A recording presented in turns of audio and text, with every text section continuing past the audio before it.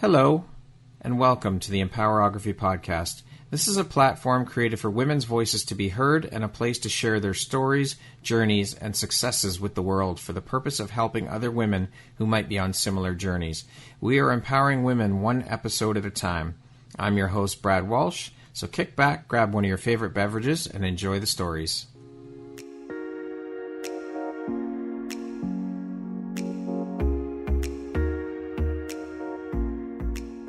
The world needs to hear your message and your story, so don't deny the world of that gift within you that the universe has given you. Someone out there needs to hear your story because it will support them in feeling hope, inspired, and even transformed. Do you want to discover how I help get my clients out of their own way, show up, and confidently share their message? I would love to extend an invitation to you to join me in my free masterclass, Start Your Own Podcast from Idea to Implementation, on Wednesday, April 5th at 1 p.m. Eastern. You can find the registry link in the show notes. Hope to see you there. Hello there, Brad Walsh here, your host of the Empowerography Podcast. Today, my guest is Nicolette Wijers. She is an award-winning multipreneur, a wellness and transformational mindset expert, a high-performance consultant in the corporate world, an author, and an emotional alchemist. Nicolette, welcome. How are you doing today? Fantastic. How are you today? I am doing amazing. Thank you so much for taking and making the time to be here with me today. I am so grateful to have this opportunity to sit down with you and speak with you and share all about the beautiful light you put out into the world through the work you do. I know we've been trying to get this together for quite a while, so it's very nice to finally have you here. So with all of that being said, let's jump in. Now, all of those titles, as we were just saying before we got on air, people like to put labels and titles on people and things. And so it's a hell of a lot of hats and quite an extensive resume. So I'm curious, how on earth do you find the time for all that you do? And how do you prioritize? And how important is prioritization and organization to you? Yeah, thank you. And thanks so much for having me here. It's great to finally be here. So yeah, that's definitely right. What I was saying before is people wanted to put like a label on it. They want to give you a title. And I kind of work the opposite way. I actually remove the titles and the labels and everything else as well. Find who you truly are. So it's always a bit hard for me to give myself those titles and labels and all that stuff, because at the end of the day, it is who you are inside of you, of course, that really matters. So what I do is, it is all interlinked. It's not just one stands alone from the other. It's the total work we do. We're multidimensional beings, as we know. We're spiritual beings, and we're not living a linear life. So I think we do quite often so many different things, and it is the interweaving and the connection with it all what makes you whole and what makes who I am. So yeah, and prioritizing, I don't even feel that's the right one with all the titles. It's more whatever is needed at the time. You're working with clients, talking to people, that's when you know what to prioritize. I don't know beforehand exactly what to prioritize. But it's so interweaving, and I always see it as like the wheel of life. You have all these different areas of your life, and that's whatever got the priority at the time, whatever's happening at that specific moment is what you work with. And then if you can continue working and doing it, it's with my own life as well. Sometimes you prioritize a little bit more of your health, and sometimes it's more your relationship, and sometimes it's more your business, and finding that balance. So, and that comes in planning, but also don't plan too much. I feel like you also need to go with the flow and see what happens. Well, as spiritual beings, that's what it's about, right? Is stepping into the flow and letting things unfold the way they're meant to as well. Yeah, exactly. And not try to force the outcome or expectations. Yes. But we're humans, so we do that as well. Yes, absolutely. The 3D world, yeah, for sure. So with you wearing so many hats, then what does your morning routine look like? Well, good question. It's right in the morning here in Australia. And beautiful little method I've learned to use is before I wake up to do a little bit of meditation when you're still in that like dream sleep state, and really before you actually open your eyes and jump out of bed and to start the day, is having that moment, even if that's a couple of minutes or 5 minutes, to just do your meditation there, right there and then, which is really powerful. The rest of my morning routine, I don't even call it like a morning routine. It's like your whole day routine as such. But I start my day with a cup of hot water with lemon, ginger and turmeric to really cleanse and everything else as well. I intermittent fast till about 11 a.m. in the morning. Then I have my morning routine is like my yoga practice. Breath work is very important, even if it's just 5 or 10 minutes to do some breath. I do a lot of Kriya yoga as well. And just really center. I just sit with my cup of tea outside, try to ground and put my feet on the grass, go for a beach walk or go for a walk at least and get out of the house and have some activity going on as well as like exercise. What drives, motivates, and inspires you to keep going and excelling at all that you do, Nicolette? To keep going is also take a rest. Yeah, absolutely. And sometimes, like, to do it all, you can't do it all. We can have it all, we can do it all, but also acknowledging that you can't always do it all. So having that rest is just as much, and reset again as well, and realize what is important and what is my priority and why do I do what I do. So reevaluation and to just really reignite and of course correct if that doesn't work, and don't be afraid to change. I'm not a person who does the same thing over and over. Of course, this consistency is key, but it's also just, again, go with that flow. And if you want to do it all, then it is really tuning in with yourself if that's what you feel like that's important at the moment to do. I would love to know, Nicolette, what were you doing for a living before you made the jump into entrepreneurship, and what was the catalyst for that shift for you? Yeah, great question. For about 25 years, I was in the luxury hotel business and hospitality. I started off with my hotel education as such as well, and then I started traveling the world and working in all different places around the world in the hospitality. So the luxury hotel business started from the bottom, climbed the corporate ladder and became general manager of resorts and then CEO of 3 properties as well, flying around Australia and managing those properties even though they had their own general managers in the location. So, and running the corporate office. And so what was the catalyst for the shift into entrepreneurship for you? 2 things. One was, I didn't know, people were saying, oh, you're so stressed. And I'm like, I'm not stressed. But it was pretty obvious. But I was burned out. But as we know, often we don't know that we're burned out till somebody tells you. And what I really noticed was like my whole body, mentally, physically, and emotionally, spiritually, I was definitely broken down. I was not broken, but I was just burned out. My body was aching. I had so many illnesses and pains and everything else as well. So my body literally said stop, and I couldn't go for any further. I lost the spark in my eye. So the whole breakdown of that was one of the things that I sat down on the couch and went, what do I really want? And what came out of it was I just wanted to be happy, and I couldn't keep going the way it was going 24/7. It was just too much. I thought I could do it all, but it was just a moment that it was like, no. And the other moment was getting out of hospitality. Was 2 other moments, which was one, I got fired of not what they were looking for, and I took that on. It's like, I'm not good enough, which we all have that a lot. Yes, absolutely.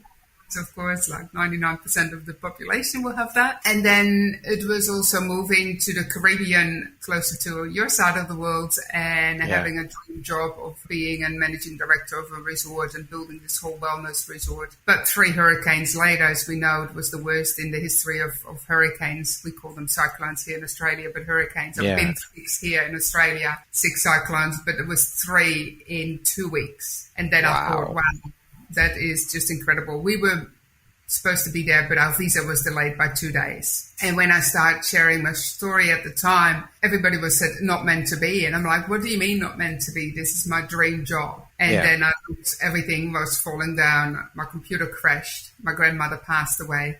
My step-grandmother passed away. I lost my voice, and I'm like, wow, there's too many signs of saying not meant to be. And all I kept on saying was, at least we have each other, because we lost in the cyclone, of course, our stuff. We didn't know where our belongings were, but I still had my husband, and that was the main thing that we said, okay, enough is enough. And I lost my passion for the hospitality after that in many ways. So there was quite a few incidents happening one after the other. Signs from the universe. You weren't listening, so they kept sending them your way? Absolutely. So I listened and said, okay, that's enough. And what is next? All right. I surrender. Yes. I get it now. Yes. Okay. I'm listening. You have my attention. I know. How many disasters do we need to the most? Well, sometimes it takes that 2x4 in the back of the head. It throws pebbles at you and you don't listen. So it starts throwing rocks, and then it's okay. Here's the 2x4. You're going to get it now. Absolutely. I noticed that you use terms like practitioner, consultant, expert when referring to the work you do. Was that a conscious choice for you And if so, what was the logic or thinking behind that decision? Why did you choose those words as opposed to using the word coach? Very good question. And you got me right onto that one because first and foremost, there's absolutely no judgment in coach. Mm-hmm. I've said it so many times as well that I am a coach. For one or the other reason, it doesn't resonate with me as such. It's, again, listening to my body, and it doesn't flow as much out of my mouth. The coaching industry is so unregulated, and I don't know how it is really in America and stuff, but definitely here in Australia, everybody can call themselves like a coach, and you do a course and you're a coach and all these kind of things. It was just not who I was. Of course, I've done the programs as well, and I'm a master's NLP, and of course, you need to go through the practical training, but I've actually done the life experience, and I think I've done all these other things already that is like been my whole life, we just talked about before. And then I'm like, how can I actually put those pieces of the puzzle together to actually understand how to facilitate that and how to give that into a practice? And they said, oh, well, you need to get a certificate and you become a coach. And I said, when I started doing all that stuff, all the certifications, I was like, I've done this. And they're like, no, you haven't. I'm like, yes, I've done it in real life. So to me, it's like a bit more, how can you teach what you haven't gone through? How can it come from the heart when you haven't lived through it and really, done it and experienced? That is who I am. And yes, I'm a coach, if that's one word you wanted to kind of make it easy so everybody understands. And yet another label. Another label. And that was just okay. But I'd never fit that box. Yeah. I'll speak about that in my book as well. It's the box I never fitted and will never fit. So I don't fit the box. And maybe it's my disruptive kind of rebellious thing of, I don't want to be called a coach. Everybody's called a coach. And with all respect, everybody needs a coach. A coach needs a coach. But the word coach, I've got so many friends who are coaches and amazing coaches. Yeah. Nothing wrong with the word at all. It just doesn't resonate for you?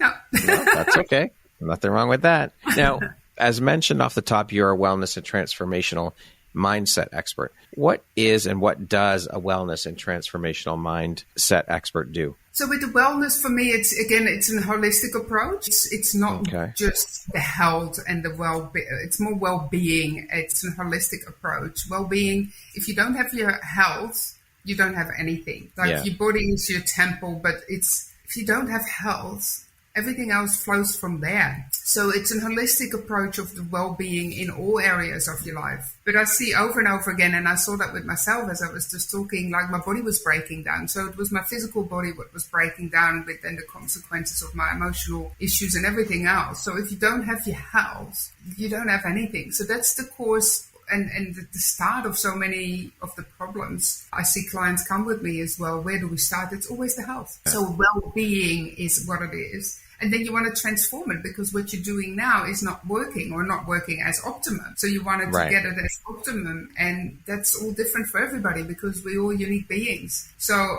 for me, that was the thing to kind of comprehend or kind of in one word, if that's what you want to say, rather than the coach is holistic well-being, because that's the start of all the things what we experience in life, and then it flows through to the emotional and the spiritual part of it. And also the foundational piece, right? Yeah, and also that's where people can easily see results. So people go quite often, I'm overweight, I want to lose 5 kilos. The scale tells me it's 5 kilos, I've lost it. That's the easy part of seeing the result, as all the other stuff, the transformational is like, can't always measure it. You can, sometimes harder to see it. People need to have it logical in their mind to see a number on a scale, for example. For sure. The word transformation has been coming up a lot for me in my life, my personal life, work, and conversations that I'm having. And as we know, transformation often starts with a shift in mindset. How do you guide the individuals you work with in changing their mindset to overcome limiting beliefs and achieving their goals? It's a process, as we know. It's not like an overnight. You can definitely biohack and do all these kind of fast track processes, but at the end of the day, I always say your conditioning and your limited beliefs has been formed before you were born and definitely in childhood. So it has taken, I don't know, for example, you're 40 years old, it has taken 40 years to get to where you are. It's not going to take 4 hours to completely change it. So you need to take the time as well, but it's also, the word patience is a word, well, I really need to learn and sometimes still struggle with. Because I think a lot of us do. Absolutely. And we want it all instant. And we live in an environment and in a world that everything goes so fast with technology and everything changes and constant change. So we want to see the change within us as transformation immediate. And it can be. You can change lots of things really instantly, but it's that sustainable success, that it is the long-term consistency what comes in there. And if it's the right consistency, that really transforms. And again, it's what we talked about it, and we go then a little bit deeper straight into it. It's trusting the universe to allow the divine timing, and everybody's on a different journey. So if I need to have not little pebbles but rocks thrown at me to finally see it, that's what other people will have as well. And some people will get it when they're 20, but trust me, you don't get it when you're 20 yet. There's still other things, and just your whole evolution as human beings. Just let it unfold. I want to keep on this mindset track and the whole mindset thing, business and struggles that go along with all of that. So often we see and hear from experts like yourself who have overcome adversity and gone through the struggles and transformed the pain to discover through their purpose, which is amazing and powerful. It's beautiful when you can do that. You can take the lessons and you can find what you're looking for. I'd love to hear from you with all that you've gone through and come out the other side now. What are some of the struggles and things you face today around mindset and imposter syndrome? Just to name a few. I mean, I'm sure you would agree with me, just because we have gone through and been through the trenches and come out the other side, that doesn't mean that we're finished and we still don't struggle. So can you share a little bit about that stuff with me for you personally? Because it still happens every day. Yeah. And it's, if people say it's not, they're lying, because it does happen all the time. It's absolutely still happening, and we still need somebody else to keep us accountable and to keep us on track, and the work is never done. And I have still often moments that I go, well, I've thought I've gone through that, and why is this coming up again? And just it ever ends. No, it never ends. And as I said in my book as well, it's a journey without a destination. We're so fixed on the destination and the seeking, instead of just finding that inner peace and just allowing us to just be who we are right now, because we always want more, and it's never enough. And less is more. But that acceptance, and there's nothing wrong with, it's not about right and wrong, but it's, you can still desire more, whatever that more is. But also, it's also not in a certain place we need to be. We put our expectations on that we need to be or do or have a certain amount. Money, house, friendships, this and that in our lives right now. Again, when we start trusting that universe, but you know, I still have moments like a couple of days ago, I called a friend of mine and said, oh, why is this so hard? This is not working. This is not have that into you. And I'm like, yeah, that's right. And then you need to practice what you preach. Yeah, but for sure. I'm human. We're all human. We're not perfect. And that happens. And you feel like you fall back. But for me, it's really transitioning into the next level of consciousness, to be more aware, to just come closer and closer, that don't have that as like a goal which you never will make, because we never get to the end, because there's another lifetime to go. But you don't need to get there. Just enjoy the journey. That's it. That's what it's about. We don't reach the destination. We're human beings. We're constantly evolving. So the work is never done, and it never will be, because you're always changing and growing and expanding and all of the things. Absolutely. But it's that acceptance that is what is, and that's sometimes the hard thing. And for sure. We all have that, because our goal is well. Absolutely. Yeah, of course. What is one tip or takeaway that listeners can implement immediately to start reconditioning their mind around that and for the successes that they want? The first thing I do with my clients is really tapping into meditation, just to keep that chitter-chat, monkey chat in your heads quieter. And some people are like, when I started, I was like, how do I do that? Sometimes it's just as simple as look into a candle and look in the flame of a candle and try not to blink. And then when it goes back, it's also coming back to the breath. People don't know how to breathe. That's a whole different other conversation. But it's that we breathe up in the chest and then bring it down to your belly, and people go, oh yeah, I know that, how to do that. But do we do it? So even like in a moment of whatever comes up during the day, you can just go back to your breath. And then in the morning and in the afternoon, in the evening before you go to bed, look at a candle or do some meditation. That's the first start of really starting to calm down your nervous system, because we're such in that fight or flight and deep survival stress mode all the time, and that's what is reflecting in our body and everywhere. Yeah, for sure. Thank you for that. Working with high performers in the corporate world, transformation, mindset, and leadership are big pieces of the work you do, I would imagine. I want to speak a bit about leadership. What is the process in your mind that best supports leadership development? First of all, I always ask, are they a manager or are they a leader? Because there's a big difference in that. And as we climb the corporate ladder, as many of us do and have done in the past, you're shifting. And again, you need to become a new person before you become another title of a leader or a manager.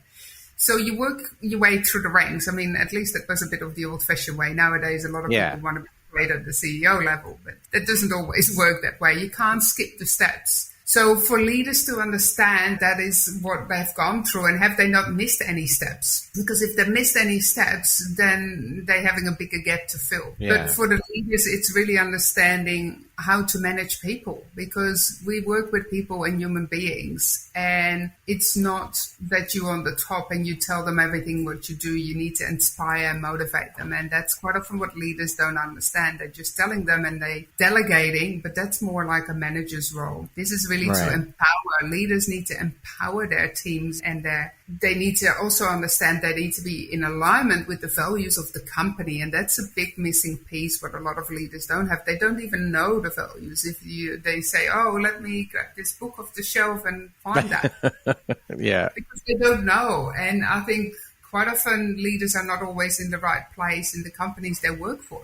Right. Because have they actually really looked, and have they evolved so much, and has the company not, or has the company evolved and they haven't evolved?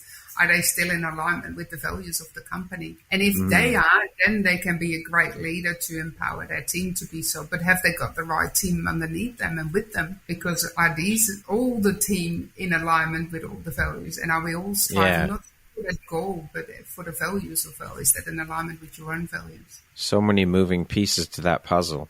What would you say is your greatest strength as a high-performance consultant? Been there and done it myself, first and foremost, because how can you talk about things you haven't gone through yourself? You need to speak from the heart and come from experience. Back to the whole coaching thing.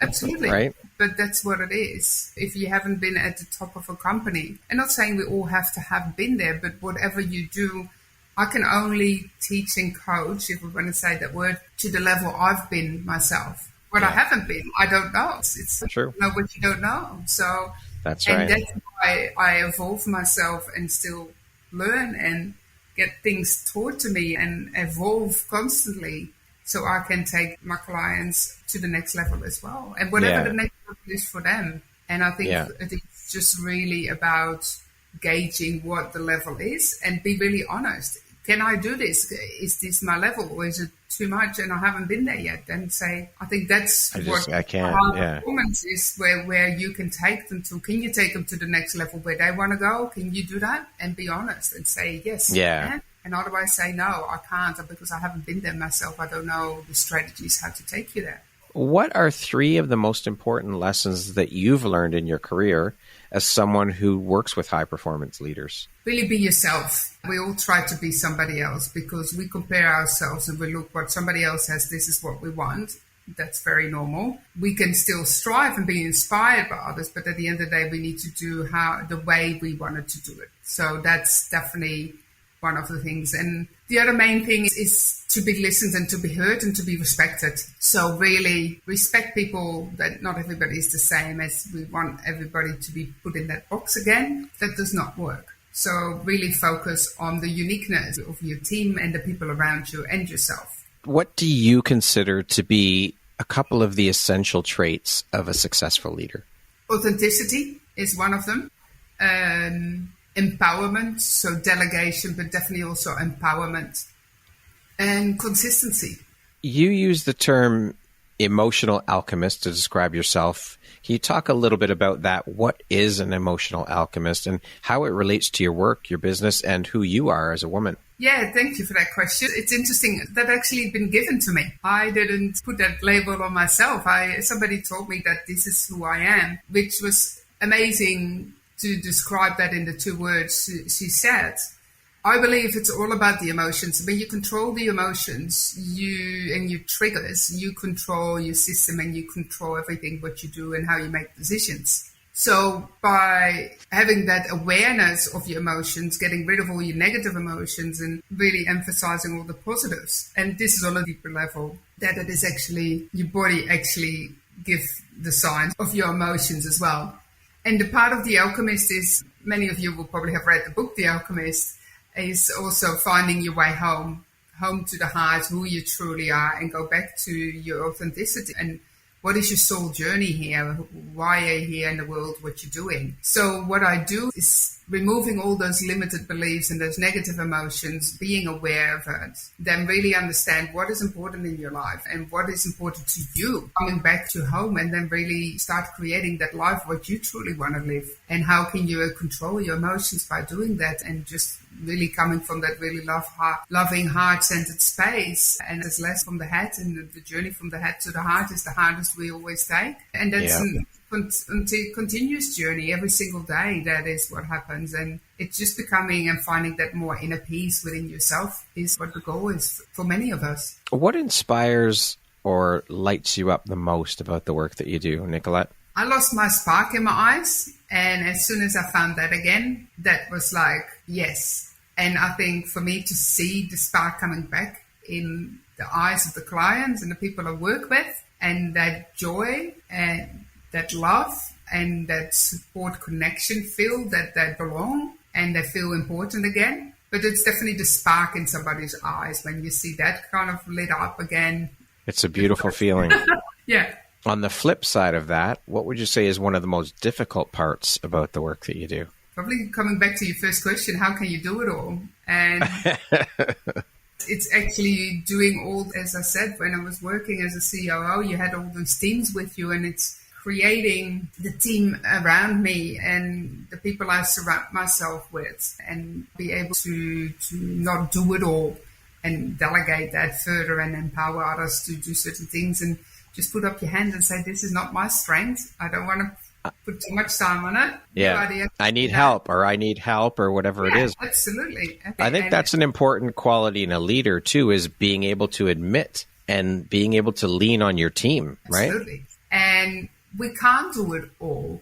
We're humans. And that's when you do it all, that's when you go into that cycle of the burnout again. So that's not what you want to do. I don't want to do it all, but I can do it all, but I don't want to do everything. And I think it's just that put that trust in other people who can assist and help you. It might not be always done the way you want it, but also there's other experts out of there who can do it a lot faster, quicker, and more efficient than me. That speaks to being able to let go too. Let your ego get out of the way and just let go of that, right? Because we want to control a lot of the aspects, and you can't. No, and I'm always like, I would like to learn so I understand and I can ask the right questions, and I can still see because you still need to be in your business in that respect, but you need to work on the bigger picture of it. So how can you see what the next step is when you can't see that big picture? Now, you've mentioned a couple times about your book. I want to speak a little bit about that now, your journey into the world of becoming an author. Was becoming an author something that was a bucket list item or a dream for you, something that you'd always wanted to accomplish? And also, is writing always a part of who you are? I mean, did you always like writing growing up and just carried it into your adult years, or was that something that's fairly new for you? I used to read a lot. Not write, but read a lot when I was younger. As like a little girl, I read books a day. At the time, I didn't write a lot, but that really became when we started to travel. Myself and my husband traveled for 2.5 years around the world, backpacking around about 25 years ago. And what happened there is we both wrote, but I wrote mainly our journals. And this was like our travel journals. And it was not just, like we've been here, done that. It was really into depth. And I always said I want to publish them because there's so much details in there, what I was feeling and all those kind of things. I didn't even know what I was doing at the time. So these became my journals and journaling of expressing that as well. Then I haven't written for a long time because of the positions I was in and not having the time and not creating the time and not making it a priority till I hit that rock bottom. And I actually did a reading at a Soul, Body, Mind and Soul Expo here in Australia. And one of the beautiful women I'm still in contact with, she said to me, "Oh, you're going to write a book?" No, she said, "Hold on, books." And I went, "We'll see." And I didn't really take as much notice. And I've been in contact with her and she's written her own book and everything else as well. So I've done one co-author's book finished, as you can see behind me here, as you know as well. And then my second one is finished, waiting to be published. And my third one is due in the next couple of weeks. Wow. And then the one I really focus on at the moment is my own book. So, yeah, it just came about. And then, of course, my beautiful friend Kaki, who is a really good friend of you as well. Through the COVID time, we were having Zoom conversations because she lives on the other side of Australia. Mm. And with a whole bunch of beautiful, amazing, inspiring women. And to keep us going and keep us going through the tough times with all the lockdowns and everything else. And she came and she said, "I'm doing this co-author's book and you need to be in there." And I was like, "Okay, you need to be in there." She showed me the cover, The Awakened Feminine, and I'm like, "Yeah, that's me." And she said, "Great." So I was in. That was as easy as it was, again, following your gut feel. You just go with it. And at the same week, I got another person reach out to me and said, "We're doing this book series and do you want to be in there?" And I'm like, "What's happening? Only 2 in a week." And I said no at that time because there was lots going on. I almost the one with Kaki, with everything that was happening with my mom and being overseas for 6 months. But I didn't, and I'm very glad I didn't. And then as soon as I came back from my mom, the person who was doing the other series, with Wow series, Woman of Wisdom, came back to me and said, "Is it time now?" And I said, "Yes, it is."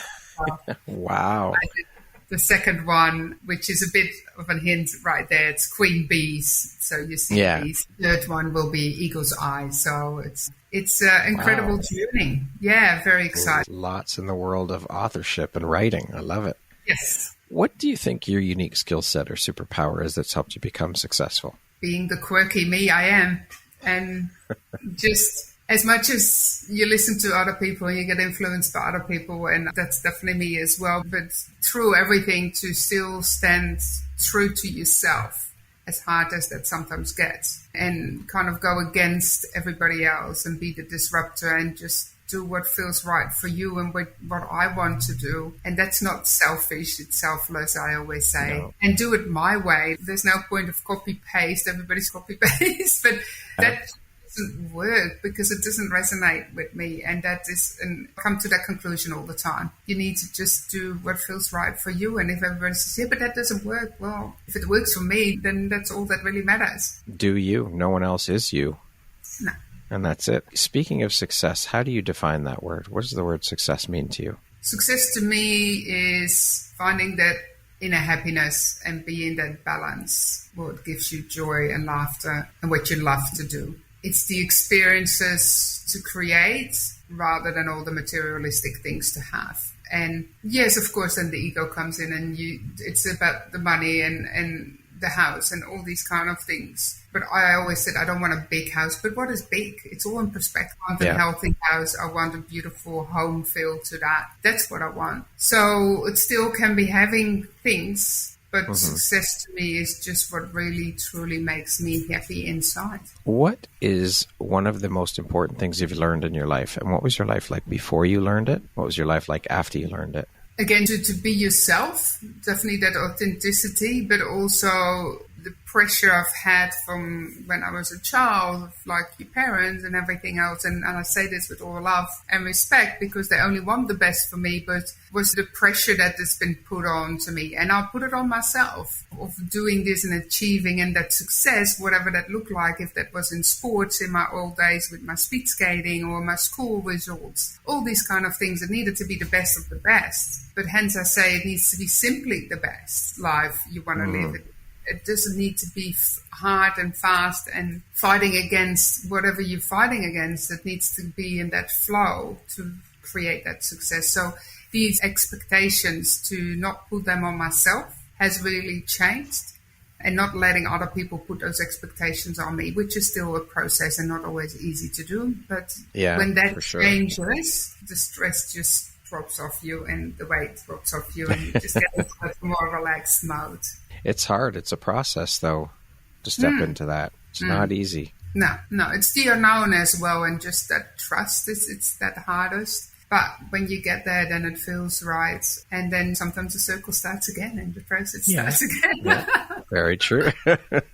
What does the word empowerment mean to you? In the past, I found it hard. I never had those idols, what I looked up to. And you put all those posters on the wall in the old days of the superstars and the artist and the singer. And I feel that for me, I was always looking for that for the outside. It needs to come for the inside. So to be empowered by others, but also by myself, and then to be empowering to others again and give back. That is what empowerment is. So how can we empower and inspire to stand really strong and to have that desire and that drive to move forward within yourself, but then also give that back to others. Not just to see that within me and say, this is what I want. That's great, but it's also for them to then find within them again and get that ripple effect going through. It's about being in and of service. Mm-hmm. Yeah, absolutely. Yeah. Okay, we're going to jump into a little rapid fire section here. So the next grouping of questions just be 1, 2, 3, 4-word answer type thing, okay? Great. How would you describe yourself in one word? Caring. If you could teach the world one thing, what would it be? Empowerment. If you could be remembered for one thing, what would that be? Love. What is one thing you love about yourself that is not related to your physical appearance? My energy. What's one thing you want but cannot buy with money? Love. I see a theme here. If you're writing your autobiography, what would the title be? Be me. What is your personal motto? Be real and raw. That concludes our rapid fire section. Now back to our regularly scheduled program. You did very good. You put me on the hot seat and it's already really hot. Yes, I've heard. What challenge in your life would you say has shaped you the most? The one thing that's always hard, I think, to get fired from a job and position and company I thought I was so in alignment with, and I was, but the rest was not. So that hurt me a lot and huge step in my back. But karma comes around that certain people were moved on later on as well. Very true. And it's not getting back at them at all, but I didn't feel like the top as the certain person, people were there and they were not in alignment with the values. And I believed I was truly living the values of the company and doing anything cool to present that to the world.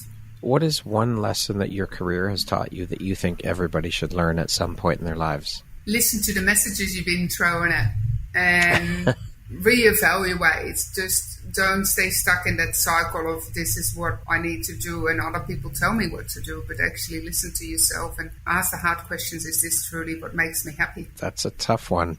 Finding what lights you up, what sets your soul on fire. You got to do a lot of self-work and figure it out. And it's the part of the courageous, and it's hard, but it's sometimes you think, why did I start it? But you can't go back. And it's just that tunnel of turbulence. I always say you go through the tunnel, it gets really turbulent and shaky. But then there's that moment of surrender and trust. And then there's always light at the end of the tunnel. But getting through the tunnel and multiple times and thinking like, why does that never stop? Why is there always another tunnel? But the tunnel gets shorter and less dark and lighter quickly, less turbulent, everything else, because you gain the tools. It's building your toolbox and how to deal with that. What I really believe is what has helped me get through so many of those times. Nicolette, what is your why? To have an impact in the world, for everybody to get their spark back in their... That's a beautiful why. What's something surprising that you've learned about yourself in the last year? So many things. How calm I've become and be able to deal with everything what I've went through with my mom, and that I don't need to wait till you rest in peace, as everybody says, to find that peace. And how the relationship I thought I had with my mom was so different than I really had. It was beautiful, amazing. I'm so grateful that everything we've gone through, the journey together, before I get teary again. Yeah, that's what I learned, that relationship is not always what you think it is, and the calmness you can have if you really need to do what you need to do. Thank you for sharing that. If you had the opportunity to sit down and have a 1-hour conversation with one woman any woman in the world, who would it be and why? That's a very tough question. There's so many incredible women. I know. Yeah. Alive or dead, it doesn't matter. Let me go with somebody I really admired, and not even understanding at the time when I admired her, was Oprah Winfrey, and I know we all know her, but I was listening to her show so often of what she did and the conversations she had with people sitting just on the couch and having that conversation, and an impact she had on the world and those women and men sitting there changing their lives. And I was often in tears, and I was in Holland at the time. Yeah. And that what got me through some of my lonely time, which I didn't even know I had already when I was studying. I was living on my own, and those feeling that you're not alone. You're alone, physically alone, but people go through things, and it's not always roses and moonlight, as we say. But there's always, again, that light at the end of the tunnel, and she was a light to many. If you could go back and give your younger self one piece of advice, what would that piece of advice be? Trust yourself. Lean into that. That's a tough one too. Trusting and allowing, trusting yourself, all of it. Absolutely. And that encompasses so much of not always listening to people and not getting distracted and not compare yourself and not judge others. So many things. But it's just come back to who you are and trust what is in here. That is the answer. Lastly, if you were to deliver your last 30-second speech to the world, your tribe, your corner of the world, your people, what would that last 30 seconds sound like? What words of wisdom would you impart? Don't wait. Don't have any regrets till you come to the end of the life. Live life every single second, and don't be lived. Be true to yourself and surround you with all the happiness in the world you can, because it's over before you know. And just, again, trust and be yourself. And have fun and live the life you want to live according to your rules and regulations, not anybody else's. Thank you so much for sharing, Nicolette. It has been an absolute honor and pleasure to have you here and to have this opportunity to sit down and speak with you. Thank you so much for sharing your story, your journey, and the beautiful light you put out into the world through the work you do. I appreciate you. I am grateful to have you as a member of the Empowerography community and have thoroughly enjoyed our conversation. So thank you for being here with me today. For those listening, could you please share with where people connect with you so they can learn more about who you are, what you do, and if they want to work with you? Yeah, they can connect with me probably best through LinkedIn. Nicolette Wijers in the LinkedIn. I'll put your links in the show notes. Once again, thank you so much for your time. I appreciate you, Nicolette. I've thoroughly enjoyed our conversation. You're a beautiful, bright light in the world, so thank you. Thank you so much, Brett, for this opportunity. And as always, it's always great to chat and have amazing conversations together. Thank you so much. Thank you. Once again, my name is Brad Walsh, host of your Empowerography Podcast. Today, my guest has been Nicolette Wijers. She is a transformational mindset expert, a award-winning multi-entrepreneur, a high-performance consultant in the corporate world, an author, and an emotional alchemist. Thank you so much, Nicolette. I hope you have a wonderful rest of your day. Thank you so much. See you soon.